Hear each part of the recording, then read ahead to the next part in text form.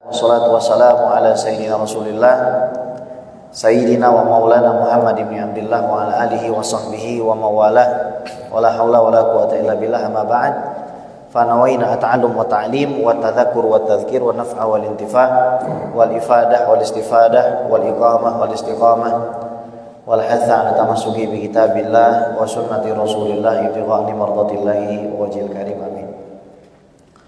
Saudara-saudara yang saya cintai karena Allah, alhamdulillah Allah Subhanahu wa taala izinkan kita untuk sama-sama berta'allum wa ta'lim, menuntut ilmu agama dan juga mengajarkannya. Karena Nabi SAW bersabda, "May yuridillahu bihi khairan yufaqihuhu fiddin." Siapa saja yang diinginkan oleh Allah Subhanahu wa taala berada di dalam kebaikan, maka dia akan diberi pemahaman yang baik dalam agama. Nah, pada sore hari ini sebenarnya saya rutin di sini ngajar akidah. Tapi kalau saya ngajar akidah sekarang ntar pada puyeng. Kita belajar yang ada kaitannya sama puasa aja lah. Jadi yang akan saya bahas ini kita mulai dari hal-hal yang disunahkan saja ya. Kalau rukun yang membatalkan itu saya kira sudah pada paham. Hal yang disunahkan, hal yang dimubahkan atau diperbolehkan, hal yang dimakruhkan, tingkatan orang puasa, ya mungkin sedikit tanya jawab yang berkenaan dengan puasa. Dan catatannya adalah kitab kuning yang kecil ini adalah ringkasan dari lembaga fatwa resmi negara Mesir. Nah, ini pentingnya kita untuk menjadi narasumber yang referensif dan bersandar kepada ulama 4 madhab, Hanafi, Maliki, Syafi'i dan Hambali, karena kita ahlu sunnah wal jamaah. Jangan sampai keluar dari pendapat ini. Jadi apa yang sudah diputuskan oleh ulama 4 mazhab sudah menjadi kesepakatan, tinggal kita amalkan. Apa yang menjadi perbedaan di kalangan ulama 4 mazhab itu nanti kita lihat mana yang paling bisa untuk kita ikuti, yang paling sesuai dengan keadaan. Meskipun memang anjurannya adalah mengikuti salah satu mazhab saja, namun ada keringanan di dalam hal-hal tertentu. Nah, yang saya sampaikan tadi jangan sampai keluar dari ulama 4 mazhab. Saya kasih contoh saja yang lagi viral. Boleh makan dan minum, nah, ya, pada saat sudah azan subuh. Jadi makan itu harus dilanjutkan terus saja makan sampai azannya selesai. Ini pendapat yang keliru. Ini pendapat yang tidak diakomodir oleh ulama 4 mazhab. Pertama, menyalahi Al-Quran. Yang kedua, menyalahi sunnah. Di dalam Al-Quran surat Al-Baqarah itu Allah Subhanahu wa ta'ala sudah mengatur kapan kita mulai puasa. Wa kulu washrobu, itu perintah. Makan dan minumlah. Hatta, nah ini penting. Hingga itu begini. Misalkan dari ujung tasbih ke ujung sini. Kalau hatta ujung tasbih berarti di ujung ini udah berhenti. Bukan ngelewatin. Jadi ketika Allah mengatakan hatta yatabayyana lakumul khaitul abyadu minal khaitil aswadi minal fajr, sampai jelas kepadamu benang putih. Benang putih itu apa, Pak? Garis membentang yang berwarna putih di ufuk timur itu. Itu namanya benang putih. Atau dalam istilah fikih fajar sodik. Sodik itu beneran. Ada fajar yang bohongan, ada fajar yang beneran. Yang bohongan bentuknya begini, lurus ke atas. Jadi kalau cahaya itu dari atas ke bawah, itu masih belum subuh. Tapi kalau cahaya itu sudah membentang, sudah adzan. Nah, kalau sudah adzan, udah selesai, jangan makan minum. Berarti orang, ya siapapun, seviral apapun dia, ya, kalau dia mengatakan bahwa kita masih boleh makan, nah, itu fatal. Kedua, menyalahi petunjuk Nabi. Dalam hadis Bukhari, Nabi Muhammad SAW itu beliau kalau mau subuh berhenti makan qadri qiraati khamsina ayah minal Quran, kata Sayyidina Zaid bin Thabit, seperti membaca 50 ayat dari Al-Quran. Jadi begini, Sayyidina Anas nanya, kata Sayyidina Zaid gini, saya pernah sahur sama Nabi terus pergi ke masjid. Anas bin Malik nanya, berapa jarak antara selesai sahur sampai dia itu adzan? Kurang lebih baca 50 ayat. Nabi itu aturannya sebelum adzan kurang lebih 50 ayat berhenti. Itu sunnahnya Nabi. Jadi jangan mengatasnamakan sunnah tapi nggak ikut Nabi. Malah membid'ahkan istilah imsak. Imsak itu artinya dia menahan, dan diambil daripada dalil tadi. Oh, makanya kalau bapak-bapak lihat ada waktu jadwal imsak. Udah imsak belum? Maksudnya apa? Udah mulai waktu menahan belum? Seperti Nabi menahan diri tidak makan sebanyak 50 ayat. Imsak itu kurang lebih 10 sampai 15 menit. Bib, tapi ada dalil. Hadis riwayat Imam Abu Dawud, kata Rasulullah, apabila kamu mendengar panggilan, lihat nih, apabila kamu mendengar panggilan Bilal di malam hari, ini salah paham orang itu. Apabila kamu mendengar panggilan Bilal di malam hari dan di tanganmu itu masih ada wadah makanan, maka selesaikan makananmu sampai selesai hingga kamu mendengar panggilan Abdullah bin Umi Maktum. Yang pertama itu azan di malam hari membangunkan orang, yang kedua baru azan subuh. Ini kadang disalahpahami. Oh, Bilal azan, kita masih boleh makan. Kalau begitu, saya tinggal di Jaksel di Setiabudi. Bapak-bapak harus tahu, Pak, di Setiabudi itu azan itu baru selesai itu jarak 10 menit. Jadi azan itu bersaut-sautan. Allahu Akbar, selesai. La ilaha illallah, ada yang baru Allahu Akbar. 10 menit kita masih boleh makan. Nah, sudah batal. Maka wajib mengqadha siapapun yang dia makan pada saat azan. Jadi jangan sampai kita menyalahi dalil. Ini pertanggungjawaban amanah kita terhadap ilmu, ya. Jadi agama ini dijaga secara fikih oleh ulama 4 mazhab 1400 tahun. Mereka yang paling ngerti Quran, mereka yang paling ngerti sunnah, mereka yang paling hafal. Bahkan ulama-ulama hadis saja mereka itu bermazhab. Imam Bukhari mazhabnya Syafi'i, Imam Tirmidzi mazhabnya juga Syafi'i, begitu pula seterusnya. Baik, sekarang kita masuk ke dalam pembahasan mustahabbatus shaum, hal-hal yang disunahkan di dalam berpuasa. Yang pertama at-tasahur, makan sahur. Tasahharu fa inna fi sahuri barakah. Hadis Bukhari Muslim. Makanlah kamu sahur karena di dalam makan sahur itu ada keberkahan. Keberkahan ini artinya ziyadatul khair, tambahan kebaikan, Bapak-bapak. Jadi kalau mau tambah kebaikannya jangan lupa makan sahur.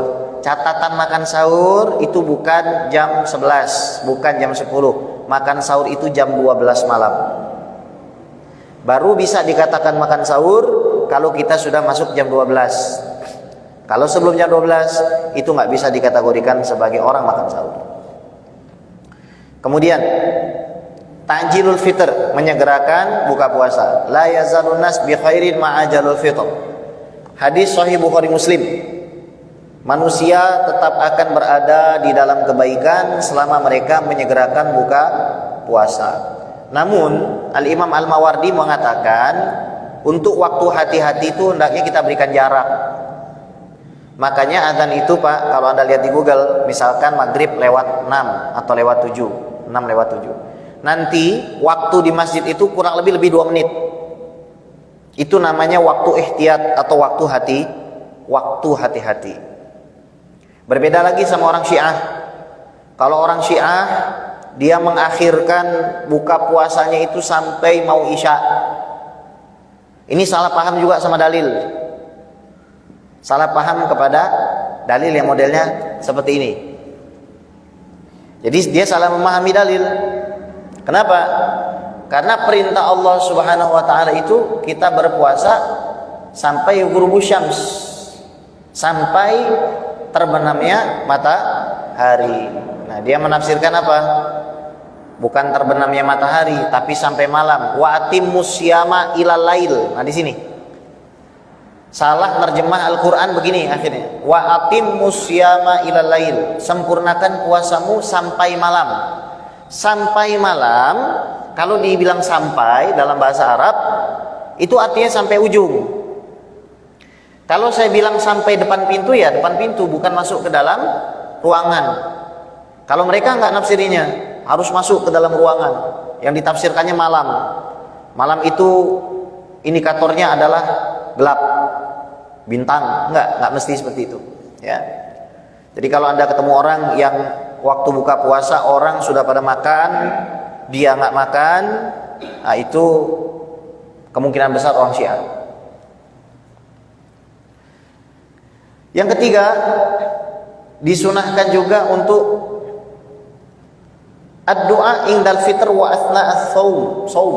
Doa ketika buka puasa dan pada waktu berbuka. Salah satu la turadu da'watuhum wa dzakara minhum as-shaim hatta yuftir. Nabi SAW bersabda, 3 orang yang doanya tidak akan ditolak. Yang pertama adalah imam yang adil, yang kedua orang yang terzalimi, yang ketiga orang yang sedang berpuasa sampai dia berbuka. Ini doanya mustajab. Dan kita disunahkan setelah selesai buka puasa kita berdoa, dhahabat dhama'u wabtalatil uruku wa thabatal ajru insyaallah. Bib, kalau doa Allahumma laka suntu wabika amantu, itu boleh gak? Sekarang baca terjemahnya yuk. Allahumma, wahai Allah, laka suntu, untukmu aku berpuasa.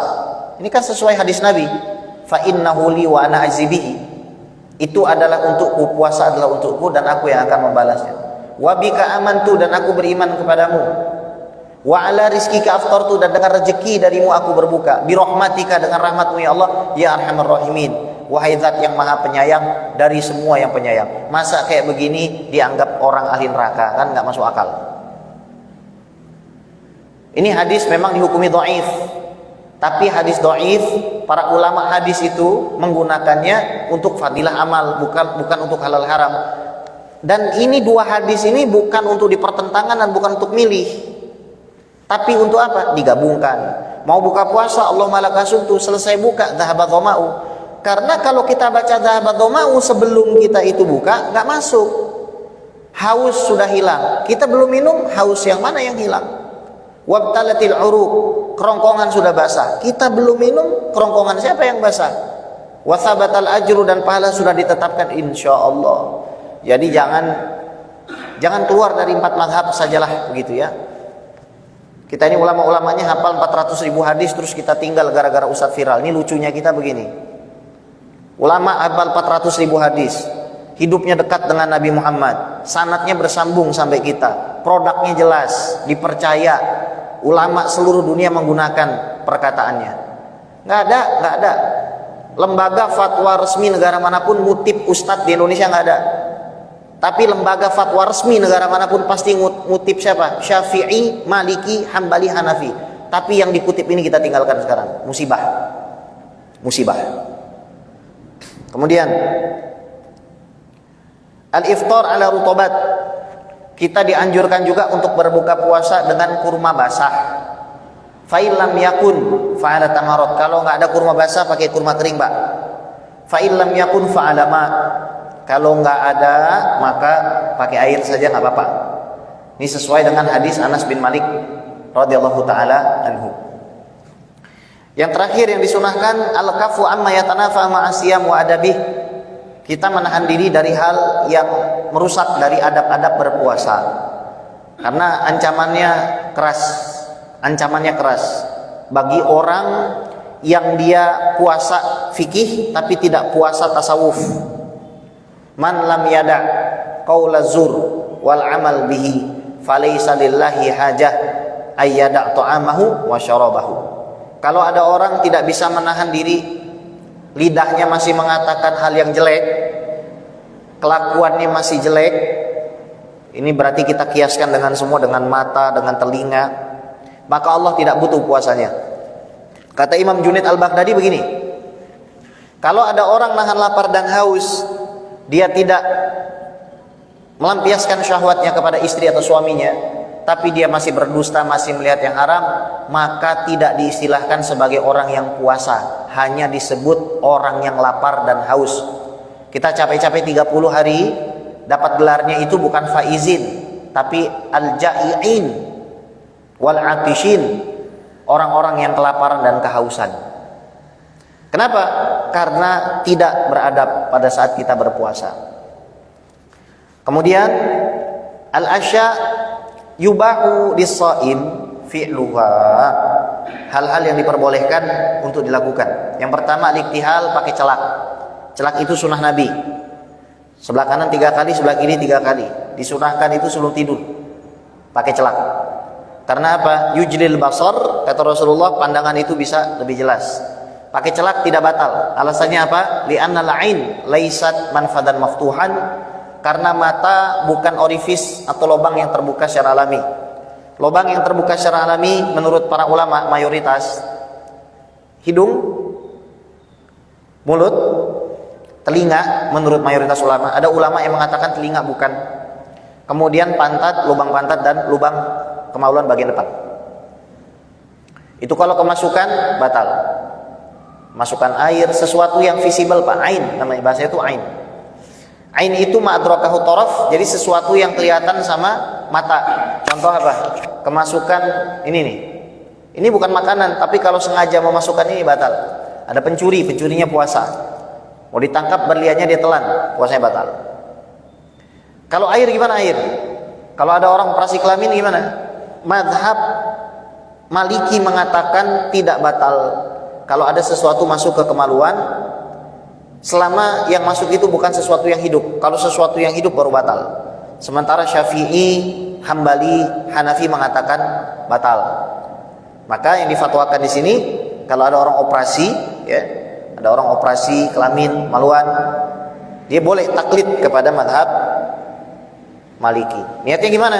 Saya niat ngikut madhab Maliki di dalam permasalahan ini untuk mengambil keringanan.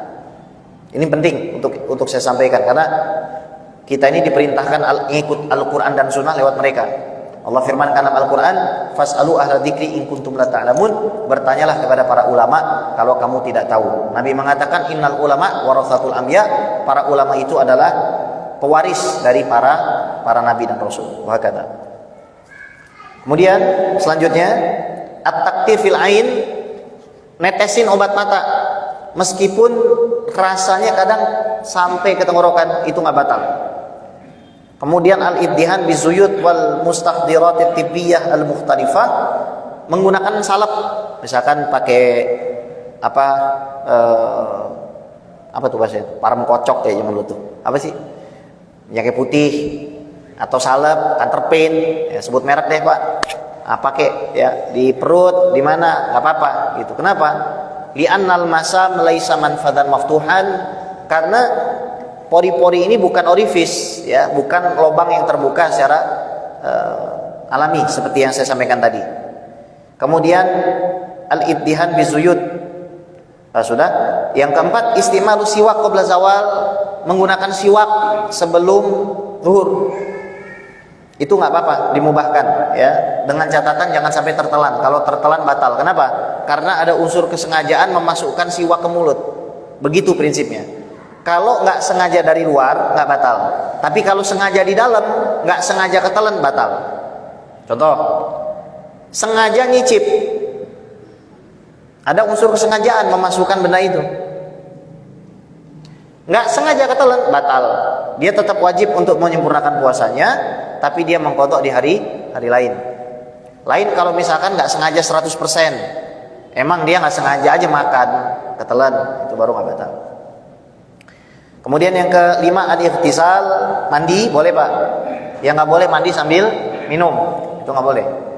Kenapa? Karena ada dalilnya. Hadis riwayat Imam Abu Dawud, hadis riwayat Imam Ahmad. Karena yasubu ala ra'sil ma' wa huwa sha'im minal 'atash aw minal har. Karena Nabi kalau lagi kepanasan dan kehausan, Nabi mencontohkan menyiram kepala kita dengan air. Beliau menyiram kepalanya dengan air, alaihi salatu wassalam. Jadi nggak apa-apa, asal jangan minum. Kemudian al-hadnu an tariqil jildi, nyuntik lewat pori-pori Pak. Infus nggak batal, kecuali ketika diinfus sambil makan lontong, itu baru batal. Kalau diinfus doang itu nggak batal. Ya. Ketujuh, an-naum, itu mubah. Walau istaghraqa jami'an nahar, meskipun sepanjang siang dia bobok, dia tidur. Bisyartin alla yata'ammada tadhi'as shalawat fa inna dzalika haram. Catatannya cuma satu. Dia tidak niat melalaikan kewajiban utamanya sholat. Ya, kewajiban ini banyak, cari nafkah wajib. Bib, gimana dengan orang yang cari nafkah di tengah hari bulan puasa sehingga dia membatalkan? Begini Pak, ada syarat. Satu, pekerjaan itu satu-satunya. Kalau dia punya pekerjaan lain, nggak boleh batal. Dua, pekerjaan itu tidak bisa ditunda di bulan Syawal. Ke bulan Syawal nggak bisa. Contoh panen. Kalau saya panen tomat di bulan Syawal, maka tomatnya busuk. Kalau begitu, maka otomatis saya tidak boleh. Kecuali saya harus panen. Kalau saya batal, maka saya nggak masalah. Yang ketiga, harus makan sahur dan niat puasa. Ini yang sering disalahpahamin sama banyak tukang. Saya bikin majelis, bikin pondok, itu tukang-tukang tetap saya suruh buat apa? Buat sahur. Nanti kalau dia nggak kuat, sebangsa jam 2 siang nggak kuat, boleh dibatalin. Yang penting dia sahur. Dia sahur, dia niat. Oh ya, saya puasa. Ini kadang-kadang kita baru pulang sholat subuh, dia ngudut sambil makan bakwan. Allahumma sholli ala sayyidina Muhammad. Wah, ini ya. Jadi nggak boleh, harus dikasih tahu itu tukang itu. Kamu harus sahur, kamu harus siap puasa. Nanti kalau seandainya kamu nggak kuat, kamu punya udzur di hadapan Allah. Kalau dia sengaja batalin dari awal, nggak makbul itu udzur. Jadi jelas ya. Yang jual makanan, ijma ulama haram. Orang jual makanan tengah hari bulan Ramadan. Kenapa? Satu, sebab bisa memancing orang. Kalau dalam mazhab Syafi'i Pak, haram hukumnya nyimpen gelas dari emas, haram. Jadi ada dua pendapat dalam mazhab Syafi'i. Yang utama itu nyimpen gelas emas haram, atau perak gelasnya disimpan aja haram. Kenapa? Ada potensi menggunakannya. Karena potensi itu akhirnya di-cut sama syariat, nggak boleh. Hadisnya panjang Pak kalau saya jelasin ya. Jangan tanya hadisnya, panjang kalau saya jelaskan itu. Jadi memang diharamkan sama Rasulullah itu. Orang makan minum dari tempat atau bejana cawan yang terbuat dari emas dan perak. Kalau disimpan aja haram. Tapi ada yang mengatakan boleh selama tidak digunakan. Nah, untuk urusan orang jualan makanan, keringanannya begini. Boleh orang itu jualan makanan, satu, untuk orang non muslim, karena orang non muslim tidak puasa. Dua, untuk anak kecil yang belum balik, karena anak kecil yang belum balik tidak puasa, tidak diwajibkan puasa. Yang ketiga, untuk orang gila, karena orang berakal tidak wajib puasa. Yang keempat, untuk musafir, karena musafir tidak wajib puasa. Yang kelima, untuk orang haid, karena orang haid tidak wajib puasa. Jadi kalau ada orang bikin jualan apa? Cilok, cimol, warung Padang, tulis boleh beli di sini, halal beli di sini. Satu, kalau non muslim, anak kecil belum balik, orang gila, orang haid, musafir. Tulis begitu. Haram. Dan ini Bib, tapi kita butuh solusi. Makanya inilah pentingnya bergandengan tangan antara ulama dengan umaro. Kadang-kadang, mohon maaf, umaro kita ini banyak yang baik, tapi nggak paham syariat.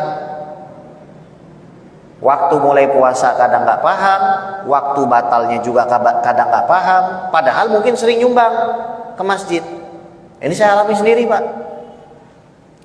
Makanya penting bagi kita, di Ben Hill, Bendungan Hilir itu ada restoran Padang. 1 bulan tutup 30 hari 30 malam. Tapi tidak pernah kosong daripada sedekah. Artinya dia selama 1 tahun itu sudah prepare. Oh, nanti buat gaji pegawai segini, buat apa? THR-nya segini, takjilnya segini.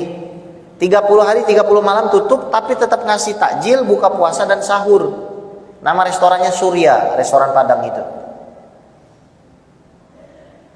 Jadi tutup 30 hari 30 malam. Ajaib juga tuh. Artinya begini, nggak perlu ngelakuin yang haram. Kita rezeki udah dijamin sama Allah SWT. Jadi masjid juga, makanya di Masjid Raya Bintaro kan memang lahannya agak luas, nggak seperti di An-Nasr.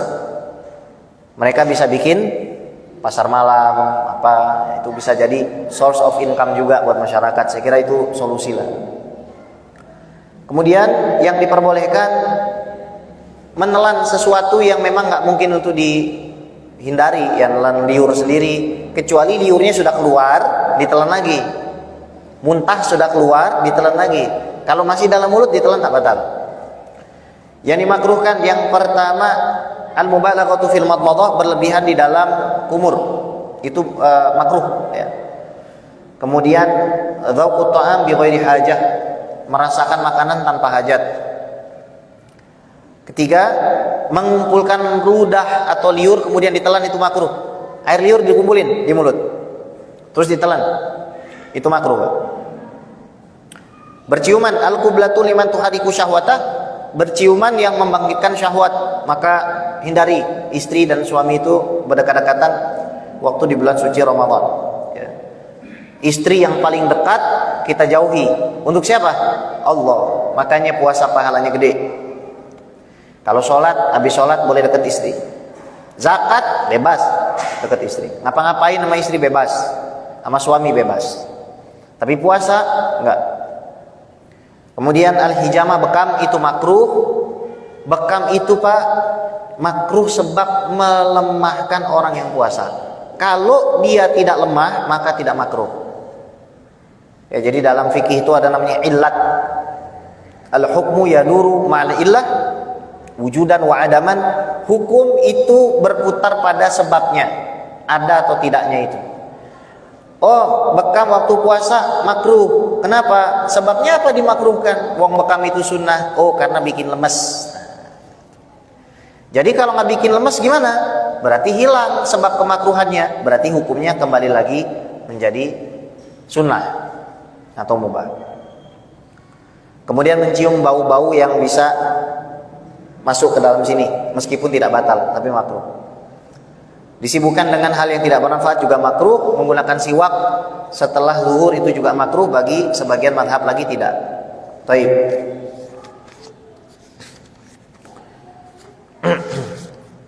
Kita masuk tanya jawab aja nih. Soal taraweh 20 apa 8? Begini. Dari zaman Sayyidina Umar, taraweh itu 20 rakaat. 20. Enggak 8. Tapi ada tapinya nih. Ada satu pendapat dalam mazhab Syafi'i yang dipopulerkan oleh Imam Syarwani, taraweh itu boleh 8 dengan niat meringkas taraweh.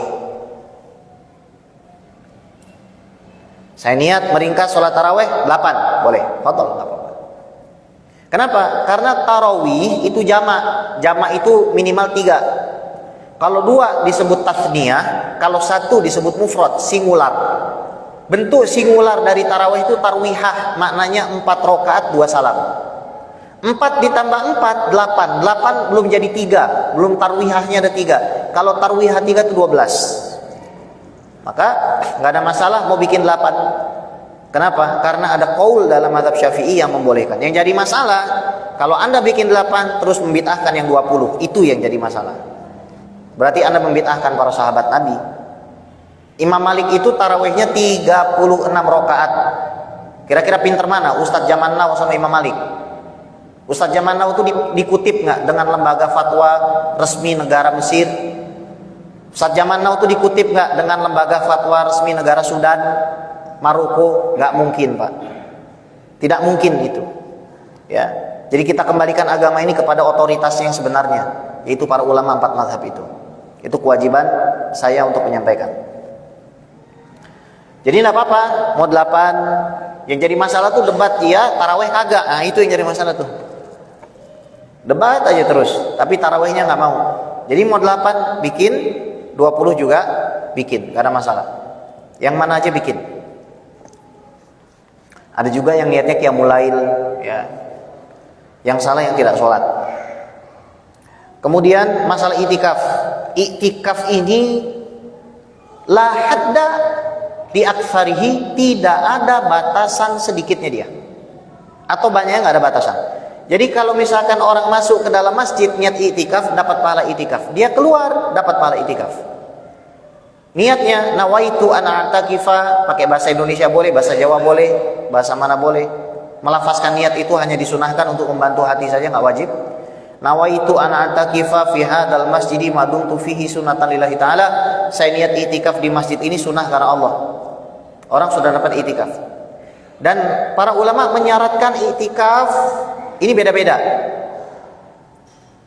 Beda-beda. Syarat itikaf itu harus di masjid. Masjid, definisi masjid menurut para ulama 4 mazhab, tempat yang dimana di satu daerah, di situ dikumandangkan azan 5 kali dan sholat 5 waktu. Itu masjid. Dalam terminologi ulama 4 mazhab, yang dimaksud musola itu lapangan. Makanya sholat Idul Fitri sunnahnya di musola menurut definisi 4 mazhab ulama lawas, ulama dulu. Tapi ketika kata musola itu sudah mengalami asimilasi bahasa dengan Indonesia, musola adalah tempat yang kecil yang di situ dikumandangkan azan 5 kali, itu sebenarnya statusnya masjid. Jadi orang itikaf di musola dalam terminologi orang Indonesia itu adalah sah. Kalau An-Nasr ini bukan masjid lagi, Pak, namanya masjid jami'. Apa itu masjid jami'? Masjid yang digunakan untuk sholat Jumat. Dan mazhab Hanafi mengatakan harus di masjid jami'. Sebagian ulama mengatakan afdol di masjid jami'. Kenapa? Karena tidak perlu keluar dari masjid untuk pergi ke masjid jami'. Ya, jadi biar kita paham. Kemudian nih, tar lagi nih, ya.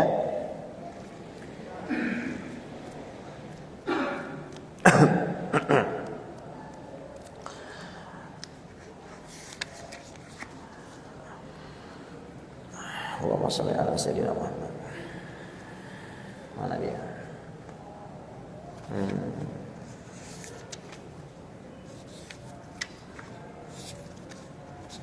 Rata-rata pertanyaan tadi sudah saya jawab di ini ya.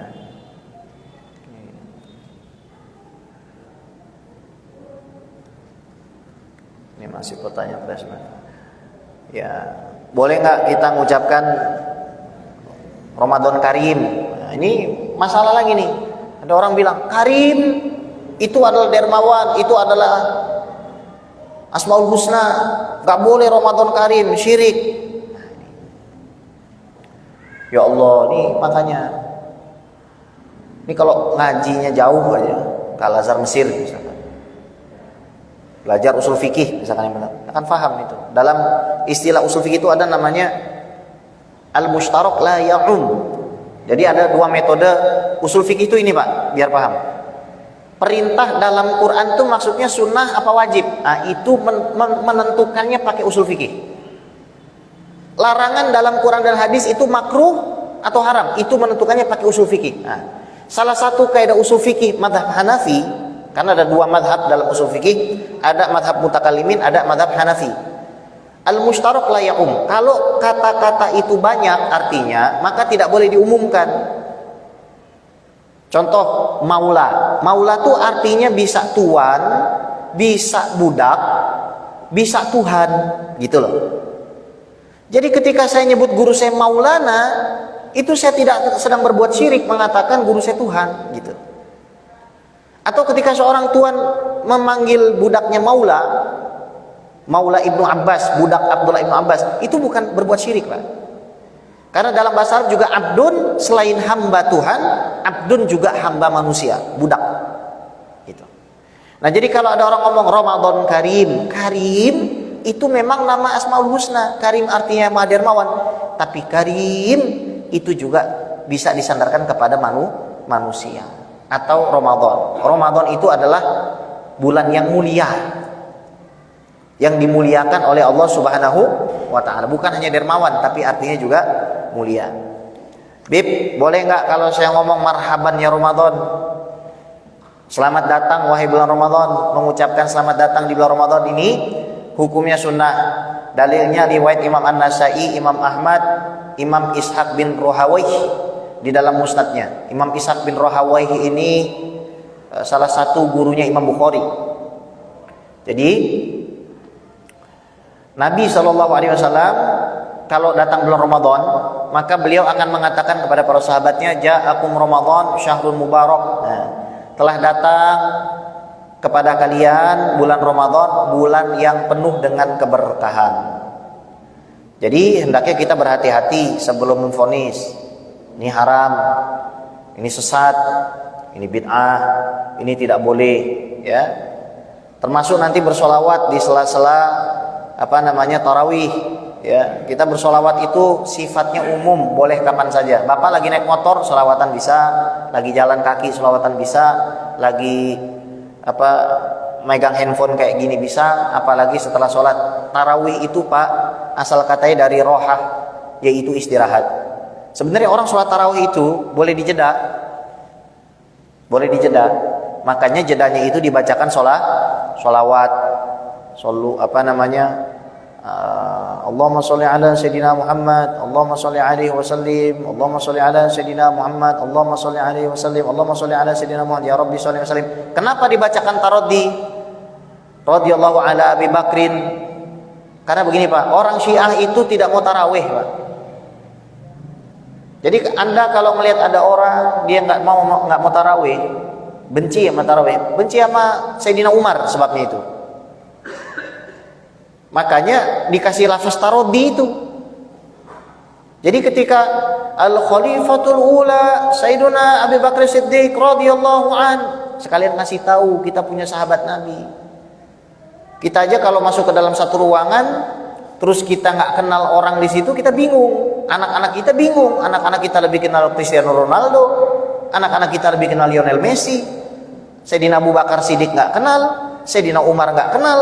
Maka pada saat tarawih dikasih taraddi. Biar apa? Dengar namanya itu. Al-Khalifatul Tsani Sayyiduna Umar bin Al-Khattab radhiyallahu an. Al-Khalifatul Tsalis Sayyidina Utsman. Al-Khalifatul Rabi' Sayyidina Ali bin Abi Thalib. Jadi itu semua di ta'lim semata-mata untuk mengajarkan. Kalau mau kita padankan untuk mengajarkan ini yang dipraktekkan sama banyak orang, tahu apa Pak? Qiyamul Lail berjamaah di luar bulan Ramadan.